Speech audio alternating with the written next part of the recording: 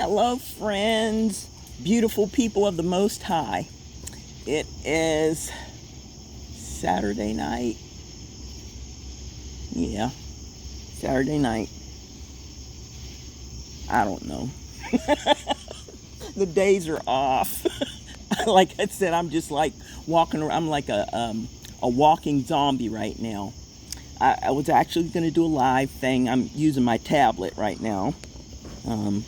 But I don't meet the eligibility requirements. I think I have to have 1,000 subscribers. But I want to thank you all that have been subscribing. I think I am up to, is it 42 subscribers? So thank you guys so much. You don't know how much that means to me, because it's going to help us spread the word of the Lord and get everyone, well, as many as we can, saved here, because Jesus is getting ready to come back. So I'm actually going to do a prophetic, I guess, output, because right now I am receiving some type of download or whatever. That's what I'm going to call it. And when I get these, it's like I can feel my body buzzing or vibrating, and the dogs can sense it. So this is going to be one of the wildest prophecies probably on record, because I'm going to be going all over the place. I'm going to change from one subject to the other. I'm just going to say it as it comes to my mind. So maybe tomorrow or something I can go back and clean it up. And if there's some parts that are not clear, if I'm too out there. I did take my Adderall today. I don't take it every day, but there were some things I needed to do. I'm still working on day 28. Day 28 is going to be a doozy, because I'm using photorealistic art this time, and I'm touching on about 20 different topics within the artwork that pull out generational things that happen throughout all the world, within families, within the work environment, since the days of ancient slavery. The Egyptians had slaves. They used the Hebrews for slaves for thousands of years. So the story about Moses, let my people go. Moses was appointed by God to free the Israelites from bondage, slavery under the Egyptians. That's the part of the parting of the Red Sea. God did a miraculous work through him to deliver his people. So, yeah, slavery existed. Oh man, gosh, since we did, since we sinned, and got kicked out of the Garden of Eden. Okay, we'll go into that another time. But so like I said, this is going to be a wild prophecy. I'm going to be jumping all over the place. I'm vibrating, and it's alerting the dogs, especially Breeze. So I am not hurting Breeze, but it drives me crazy, because it's like, my dogs are very, very sensitive. I think they're anointed by God, for something, for the end times or something. I don't know.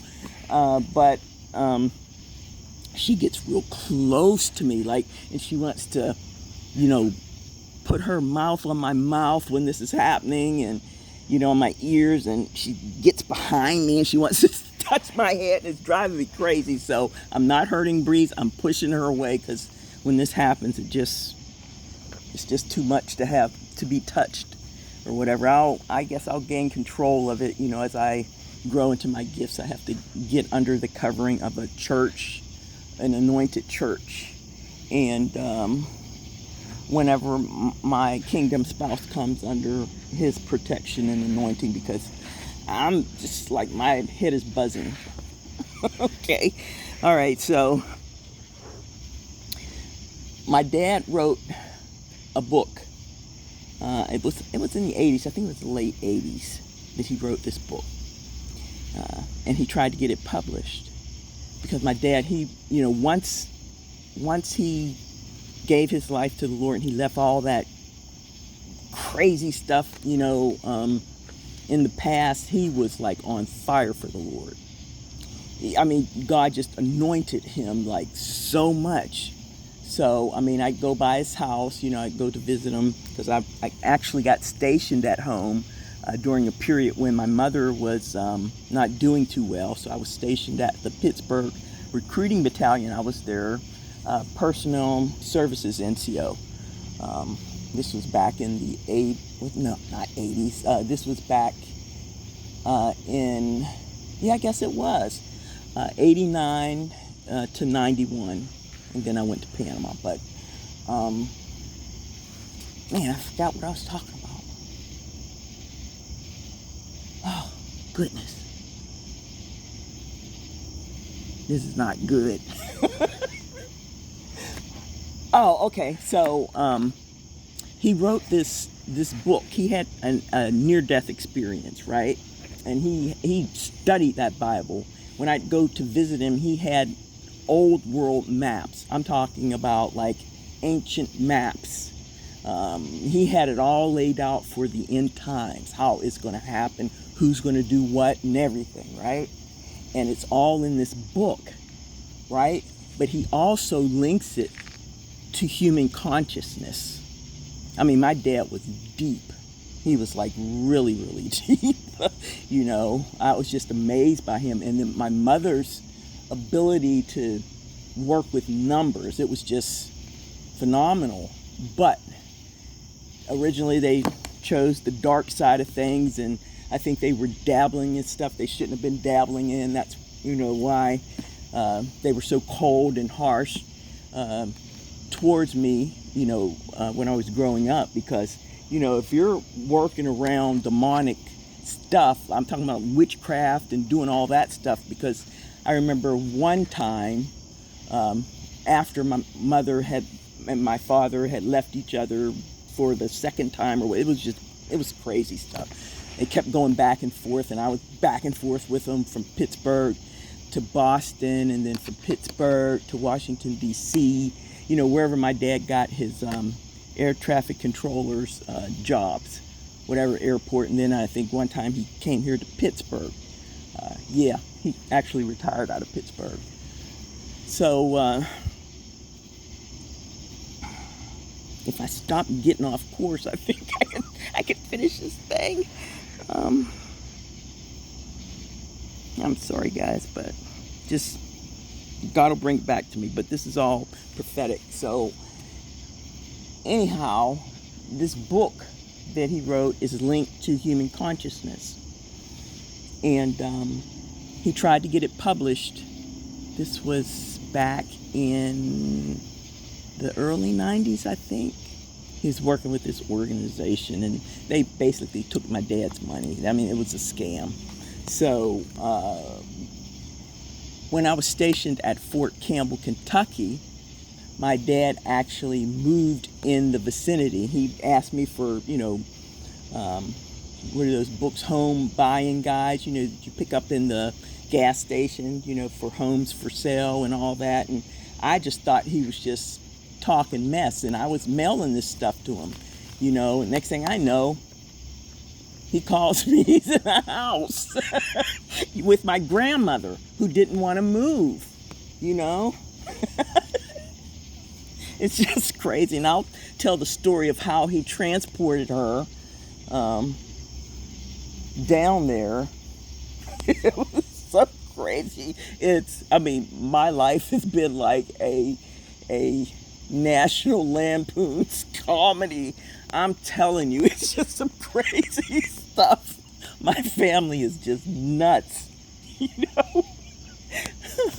We all are on medication. Oh my God. And some of us aren't, and they really need it. But anyhow, they ripped him off. So when he was stationed there, I would go by and visit him and my grandmother, because he lived maybe about 20 miles out in the country. And if anybody knows Fort Campbell, Kentucky, it's in Clarksville, Tennessee. It borders on Kentucky. Is it Paducah? Some part of Kentucky. And the other half of the post is in Tennessee, Clarksville. I had owned a little 2-bedroom condo there when I was stationed there. And I kept it after I left, and PCS. Where'd I go from there?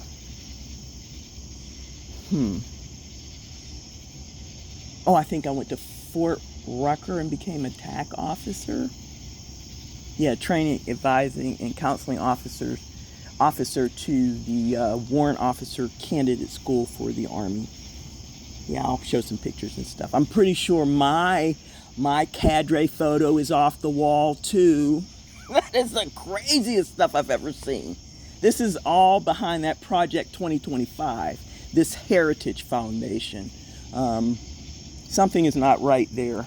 Something definitely is not right there. I've been looking into the religious practices and beliefs of their Christianity stuff, and it doesn't follow the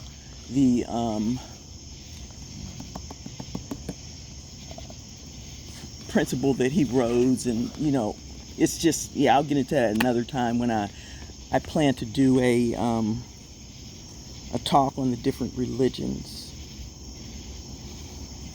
Yeah, so anyhow, before I PCS'd and went to, I think, I can't remember where I went next. He had given me the manuscript, and he said that he wanted me to get it published for him one day. He said, because the world needed to hear this. It's about our afterlife. And he talks about his 2 near-death experiences, where he calls them, he was dead. He was out of his body, and he was walking around and stuff. So, anyhow, I have this manuscript. I have taken it away from my premises because it is known that this book, could possibly help, save humanity. People's minds will change about the God concept and everything. The title of the book I can't really remember, but it's entitled "There Is No Death," a glimpse of the future, something like that, and it's about human consciousness and God, how they connect. So my download that I'm receiving is that I am supposed to pass on this to my kingdom spouse. He's supposed to take it over, and he is supposed to do whatever it is he needs to do with it. It was set in place, I guess, planned before the beginning of the world. I know I sound like I'm out there, and I don't even want to know how I know this stuff, because when I start thinking about how this stuff is just coming to me, I actually start freaking out. And I think that's why my husband was really scared, because I was just like, okay, I'm going to say this part here.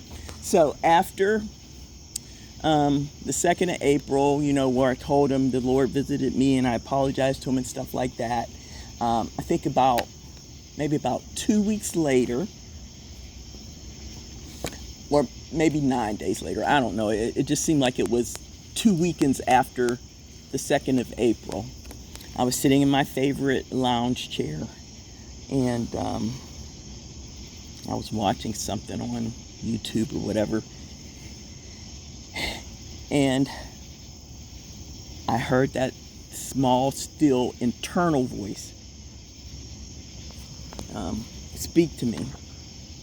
And anytime I hear that, I always test the spirits to make sure they're from God, because sometimes, we're listening to these things and the voice sounds small and still, but it's Satan or one of his agents delivering a message, trying to distort your mind, trying to get you off course. Remember, Satan's ultimate plan is the destruction of mankind. Okay?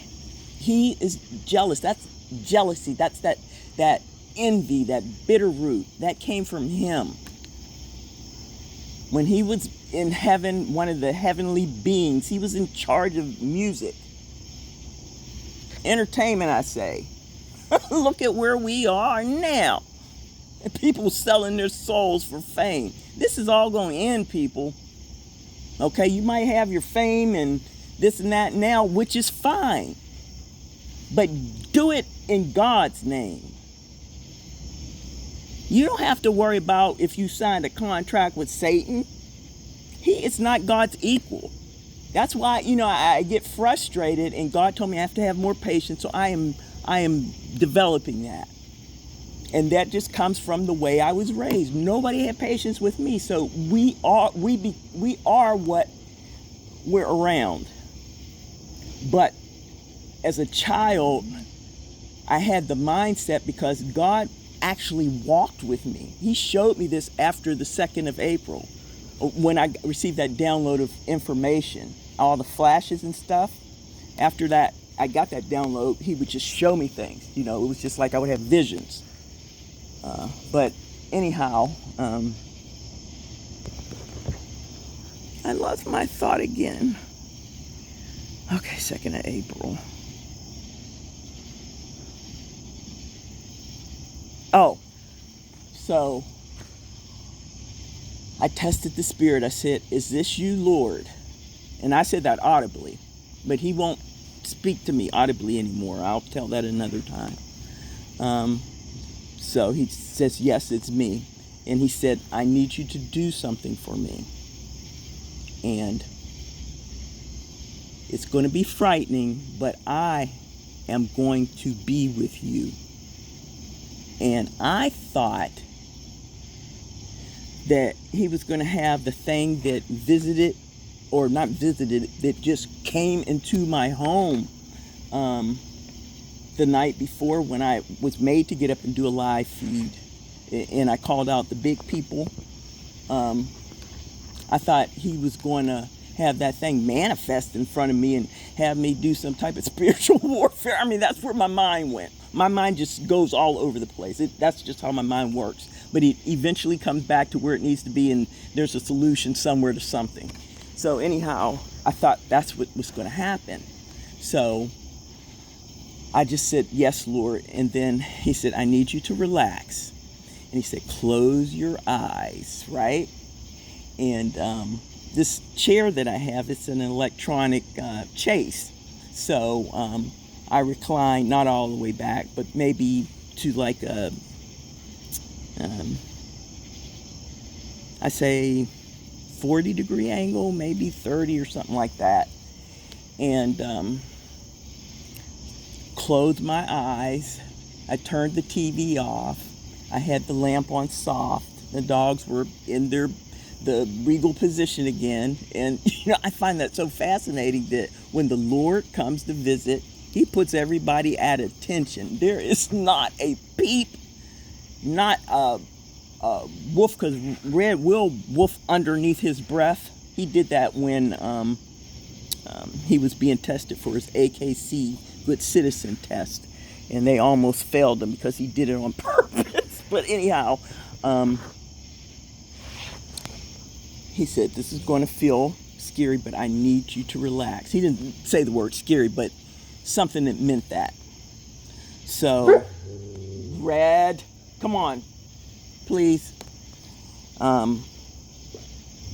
So I felt something touch the inside of my feet, the bottom of my feet, right? And it felt like it was coming up through my feet, like a, I can't describe it, like a jolt or something, and I felt my bones cracking and stuff, and like things twisting, because I've had foot surgery on both feet. I joined the Army with flat feet, and I overpronated running like that for 26 years, because I had a no running profile my last 2 or 3 years in. But and I just jacked my knees up and my feet. So I've had surgery, reconstructive surgery. So anyhow, I felt those like kind of twisting and stuff. I was like, man, that is weird. And it was just like, with my eyes closed, it was almost like I was in some type of soundproof booth or something. That's what it felt like. I mean, I felt like it was so relaxed because the soft light through my eyelids, I guess my mind was just going off to this white space, and everything was like clean around me. And it was just like I was in this atmosphere of some type of, I can't explain, like you see on sci-fi stuff. That's what it felt like. And it might not have been like that, but that's the feeling that I had when all this was taking place. And he came all the way up through my legs, my thighs, my stomach, and came down through my arms to my fingertips. And I felt him go to my head, right? And then, and while this was happening, he kept telling me to relax because I was frightened, you know. And he said, I need you to relax, just relax. It's gonna be okay. I'm right here with you, you know. And when it was, you know, over, once he, I guess, I don't know if he implanted something in me, implanted itself, or the Holy Spirit, I don't know what it was. But it was so crazy. It was phenomenal and scary at the same time. But because I knew it was God, I wasn't frightened in that way, because throughout the years of my life, he has helped me. He has protected me. So, and he says you got to have childlike faith if you want to believe with him and live with him in all eternity. You know, childlike faith. I've been called simple, even recently. You know, simple. Like I said, I was called the R word. I don't want to say that because it's so derogatory, because we actually had that as a medical label at one point. So I'm not going to say that nasty word. I was called the R word, and just a bunch of things, you know, as a kid growing up.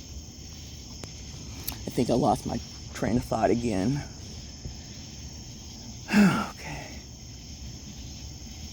Maybe I should have brought some notes or something. No, he didn't want me to. I was getting that kind of stuff together, and he said, no, he just want me to talk. I said, but what if I forget and stuff? He said, just do it. And like I said, I was going to try to do a live feed. I pressed the live button, but I didn't have eligibility. So once that was over, he told me, I need you to get up, and I need you to go upstairs. And my husband, he was upstairs, you know, in the master bedroom. I think he was afraid of me because he's been in the master bedroom since the Lord visited me. I started acting crazy. You know, which appears to be crazy to, you know, the outside world. I know that's why, you know, they say these Jesus people, they're crazy people and stuff like that. No, if you knew, and a lot of you do, the power of this stuff when he pours it upon you, these gifts, it's spectacular. You can't even explain it in the human lexicon or dialect or whatever. I mean, there's no word to even describe it, but it's real. And so I was walking upstairs, and he said, I need you to go into the room, and I will instruct you from there. And all this was inside my head, not like me thinking it. It was just showing up. The best I can describe it. It was like, it was just showing up there, and I was following the instructions. And I guess he told me, or I understood, that he was going to speak at that point. I was no longer going to be in control, although it was my voice in a much softer, milder manner. It was just poetically sweet. And I'm like, who? Who is that talking? It was just so gentle and sweet. So he had me say, so I'm just going to say he said from here on out, because it was him. So he said to Dawn, who was laying, you know, in bed under the covers watching TV, he said, I need to talk to you. And he said, this is me, the Lord, or something like that. I don't remember everything because like I was in this, not a trance, but he was speaking. I wasn't thinking. It was just coming. And I put my hand gently on his leg or knee or something, on top of the cover to speak. And he spoke to him and he said some things to him and stuff like that, right? And then one thing, it was like a vision showed up to me at that point. And I was talking about this vision because it has something to do with President Trump. So I'm not going to say it here because I've been going to different churches, visiting different churches, seeing if I could get with somebody to tell this to. But I guess the Lord didn't want me to tell it to anybody because after I show them the El Elyon has sent me video, I always send it to them. Sometimes I hear back, sometimes I don't. I think they think I'm nuts or something, but this is really from God. And they'll understand pretty soon. So he told them what he had to tell them. And then this prophetic message, I told him that message because he was in that message, but we were not husband and wife. But one thing I will say that won't mess up the Trump prophecy is that I started speaking again like this ancient knowledge stuff. It's like we have existed forever with God, and all the stuff I was saying, and then I start talking about Lucifer, how much he loved God, and it was just the fact that he wanted to be just like him, so it wasn't the fact that he just said, I'm gonna take over or whatever, and then there was a battle because when God created us, they had some big council meeting or something like that. Okay, this is the best I can describe it. He has heavenly hosts up there. I mean, God's kingdom is orderly. This stuff we're doing down here, I mean, it looks like a comedy show. I'm being honest with you. And it's not going to be like that when Jesus comes back. He's going to run it like he runs it in heaven. And the one in heaven is more real than what we got going on down here. Because this is all a test. And we are failing big time. So, anyhow, I'm talking all this stuff like we've existed and da-da-da-da-da. And then I'm just shown that there was this big meeting in heaven and about creating humanity in God's image and all that stuff. And then Satan was part of this meeting. He was one of the members of the council. So he was upset by the fact that we were going to be made out of clay while we existed here, down here on earth. And then when we go back to heaven, because we come from heaven, we come from God. I can't explain it. That has not been shown to me yet. But when we go back to him, the angels will have to bow to us, whoever we are, whatever we are. They will be subservient to us. And he was kind of ticked about that, and a war broke out in heaven. And him and 1/3 of it says 1/3 of the stars. That's what the Bible says. 1/3 of the stars fell from sky. Da, da, da. So it has been translated over and over again to mean that he took 1/3 of the angels with him. And they're the ones that rule within this earthly realm. We can't see them unless they want us to. They have that capability. Remember, they were the ones that sinned with women. They were made of the same substance or whatever, however God created them. They were all the same, this particular breed, the watchers, and then the ones that are, with Satan, the heavenly host. They were of the same species. And, gosh, lost my train of thought again.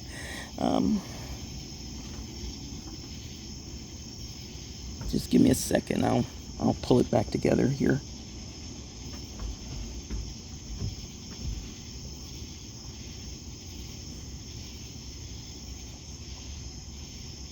So yeah, there was a war in heaven, and basically the other 2/3 of the angels kicked them out. Okay, so they're operating here in this earthly realm. Those are the ones that Ephesians talks about, spiritual wickedness in high place, principalities, power, spiritual wickedness. Those are actual beings. I know it seems like they're words to like a verb or a noun or whatever, but they are actually, I don't know if you consider them pronouns, but they represent beings. You know, so when it talks about spiritual wickedness in high places, and we wrestle not against flesh and blood, but against these things, we're wrestling against them. When you fight temptation, temptation is a being. You can't see it, but temptation enters your mind. Everything starts with a thought, an idea. Whether it's an invention, Red, please. Whether it's an invention or whether it's sin, everything starts with a thought. And the thought becomes an idea, maybe a plan. You put it on paper or whatever, you start to implement it. And then that plan actually materializes. Okay, so we'll get into that stuff at another time. But, oh my God, my brain is just going all over the place. It's just hard to rest sometimes.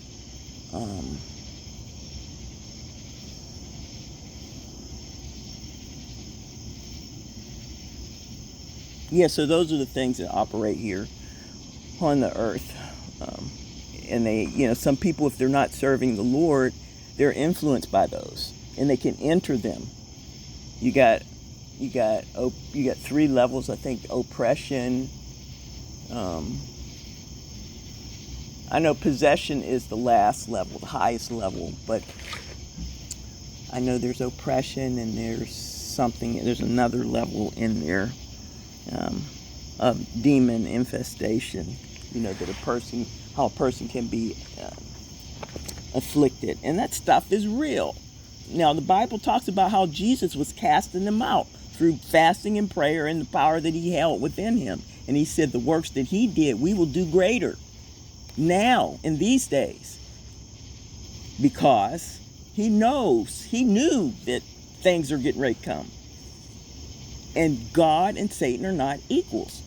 You know, I look at these depictions of, you know, this good God, this glorious, you know, side profile view, and then Satan staring him straight in the eyes. They're not equal. God created him. They're not equal. It's not going to be a real battle, because he's going to wipe everything out that does not conform to his heavenly plan, or did not have the heart of his son Jesus Christ in him. It's not going to be like, man, you fighting with swords, and you know you're doing bombs, and you got these nuclear weapons and stuff like that. Yeah, you got all that stuff.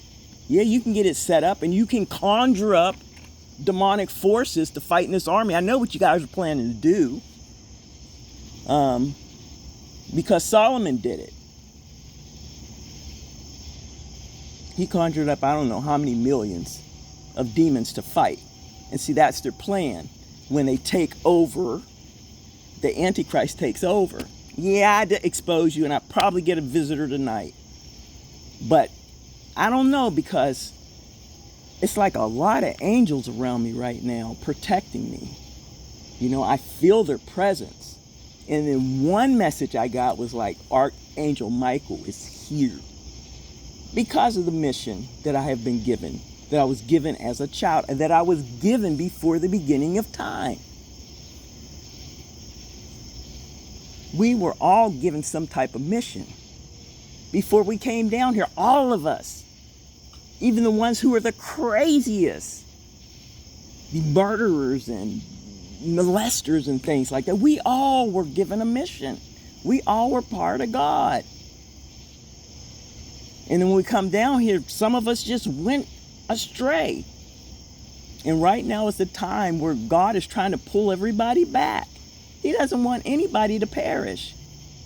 That's why he is not like most of these churches says he is.